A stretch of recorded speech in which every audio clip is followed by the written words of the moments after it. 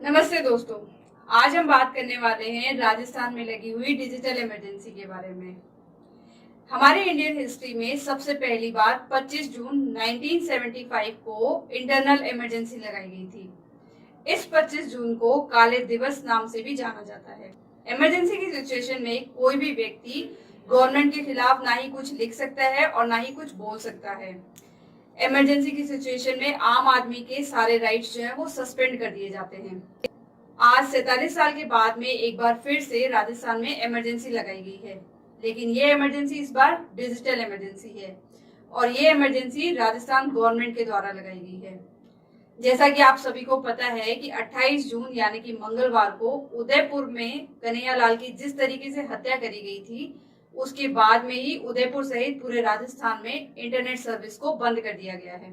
यदि मैं बात करूं पिछले 10 सालों की, तो पूरे इंडिया में 400 से ज्यादा बार जो है वो इंटरनेट सर्विस को बंद किया गया था, लेकिन अकेले राजस्थान में ही इन 10 सालों में 80 से ज्यादा बार जो है वो इंटरनेट सर्विस को बंद किया था। फिर चाहे वो कोई भी गवर्नमेंट एग्जाम हो, वो करौली के दंगे हो, चाहे वो रामगंज के दंगे हो या फिर जोधपुर के दंगे हो। लेकिन यदि इससे विपरीत मैं दूसरे स्टेट की बात करूं, तो जब रामनवमी के टाइम पर एमपी के अंदर दंगे भड़के थे, तो उस वक्त एमपी में 1 सेकंड के लिए भी इंटरनेट सर्विस को बंद नहीं किया था। तो क्या राजस्थान गवर्नमेंट ये मानती है कि जब दंगों को उन्हें रोकना है तो इंटरनेट सर्विस को बंद कर दिया जाए? क्या ये परमानेंट सोल्यूशन मानती है इस चीज को? इस बारे में आपकी क्या राय है, आप मुझे कमेंट में जरूर बताइएगा। तो चलिए अब डिस्कस करते हैं कि क्या राइट टू यूज इंटरनेट एक फंडामेंटल राइट है। तो इसे समझने के लिए हमें 2 केसेस को समझना पड़ेगा, जिसमें सबसे पहला केस है फाहिमा शरीम वर्सेस स्टेट ऑफ केरला का, जो कि सितंबर 2019 में आया था। इस केस में हुआ ये था कि जो फाहिमा शरीम थी वो एक कॉलेज स्टूडेंट थी और वो हॉस्टल में रहती थी, और उस हॉस्टल में ये कहा गया था कि जब शाम के 6 बजे के बाद में और सुबह 10 बजे के पहले आप अपना फोन और इंटरनेट जो है वो यूज नहीं कर सकते हैं। इसके खिलाफ फाहिमा शरीफ ने केरला हाईकोर्ट में एक पिटीशन लगाई थी, जिसमें हाईकोर्ट की सिंगल जज की बेंच ने ये डिसीजन दिया कि जो राइट टू यूज इंटरनेट है ये एक फंडामेंटल राइट है, जो कि आर्टिकल 19(1)(a) के अंतर्गत आता है। ये आर्टिकल 19(1)(a) जो है वो फ्रीडम ऑफ एक्सप्रेशन की बात करता है। साथ ही साथ केरला हाईकोर्ट ने ये भी कहा कि जो राइट टू यूज इंटरनेट है ये एक आर्टिकल 21 के अंतर्गत राइट टू प्राइवेसी का भी पार्ट है और राइट टू एजुकेशन का भी पार्ट है। तो इस तरीके से केरला हाईकोर्ट ने ये कहा कि जो राइट टू यूज इंटरनेट है ये एक फंडामेंटल राइट है। इसके बाद आता है ये सेकेंड केस, जिसका नाम है Anuradha Bhasin versus union of India, जो कि 2020 में आया था। इस केस का डायरेक्ट रिलेशन जो है वो जम्मू कश्मीर से है। जैसा कि आप सभी को पता है कि 4 अगस्त 2019 को जब जम्मू कश्मीर से आर्टिकल 370 को रिमूव किया था, उस वक्त जम्मू कश्मीर में काफी ज्यादा दंगे भड़क चुके थे, जिसके बाद से ही जो है जम्मू कश्मीर में इंटरनेट सर्विस को बंद कर दिया था।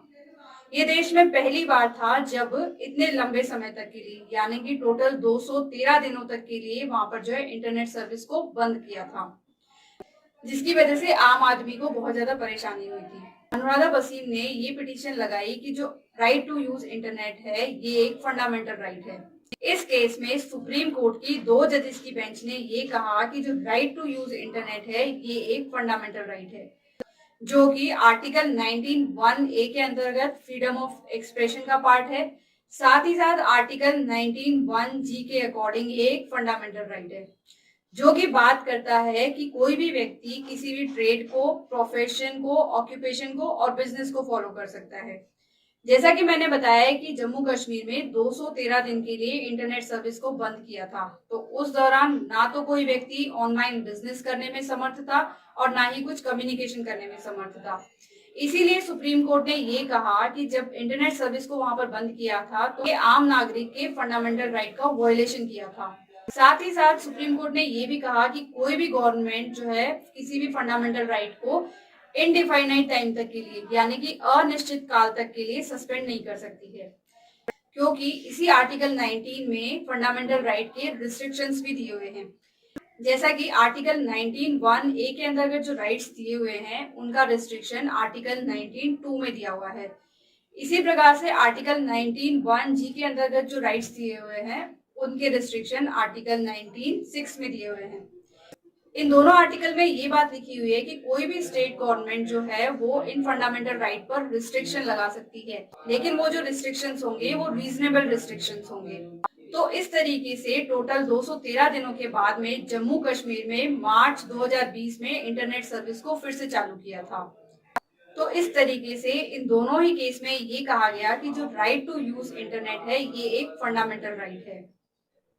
तो अभी की जो राजस्थान की करंट सिचुएशन है उसे देखकर क्या आपको भी यही लगता है कि आपके फंडामेंटल राइट का वायलेशन हो रहा है? इस टॉपिक पर आप अपने क्या विचार रखते हैं मुझे कमेंट में जरूर बताइएगा। यदि आपको मेरा वीडियो अच्छा लगा हो तो आप लाइक करें, शेयर करें, साथ हमारे यूट्यूब चैनल को सब्सक्राइब करें।